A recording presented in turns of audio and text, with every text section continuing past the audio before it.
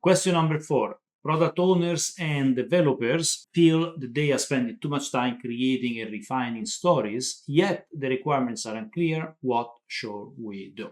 The team spends too much time refining the stories and adding every conceivable detail. They complain that the requirements are unclear and they want more. And this seems to be a never-ending circle of blame. Ever seen that? Let us look at a few possible situations that may be causing this and how to tackle them. The first possible reason is that there is an underlying fear of commitment or failure.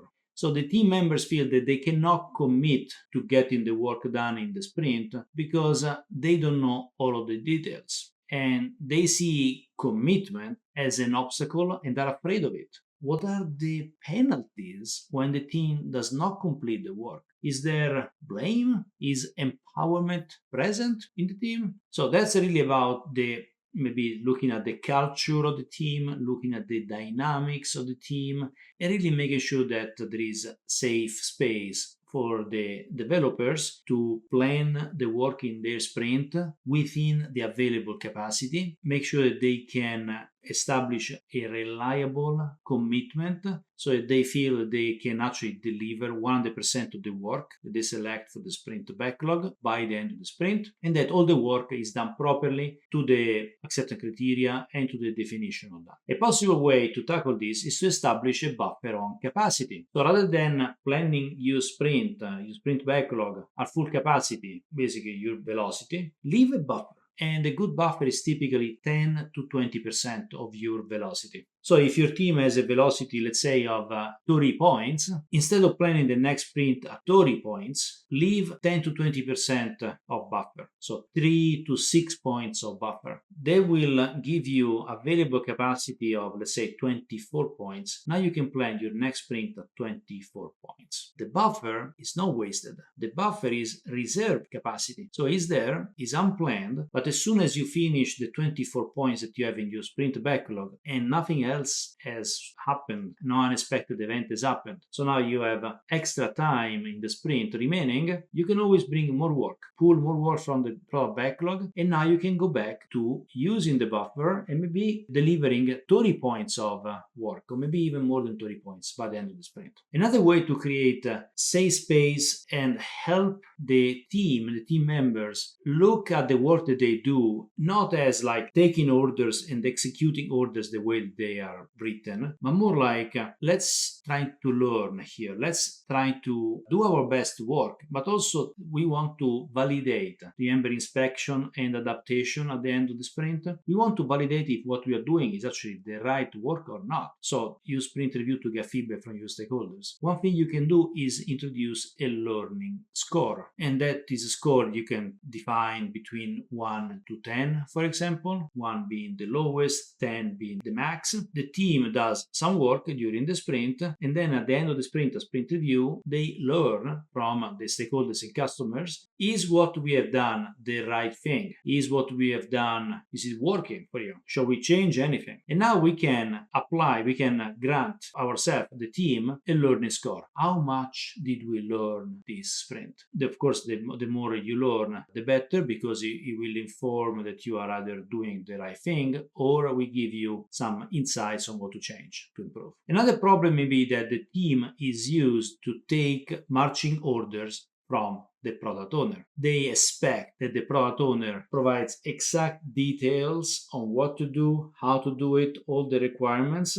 and the developers just take what is written there and they just execute it. Now, when this happens, really means that there is no expectation of collaboration between the product owner and the developers throughout the sprint. For example, in clarifying details, answering questions, validating some of the technical choices that the developers have made to build some of the solutions. There is also maybe an expectation that whatever is being put in the sprint backlog cannot be modified, and whatever the developers build at the end of the sprint is going to stay stay like that forever. So it cannot be modified. If we, for example, build the wrong solution, that we are stuck with that. There is no way we can modify that. So this should not be true, by the way, because there is always the opportunity to learn and experiment in Scrum. That should be part of the culture. And so one thing you can do with your team is going back to the idea of the learning score is, look, the work that we do by the end of the sprint is going to be validated with the stakeholders and customers, and we will ask what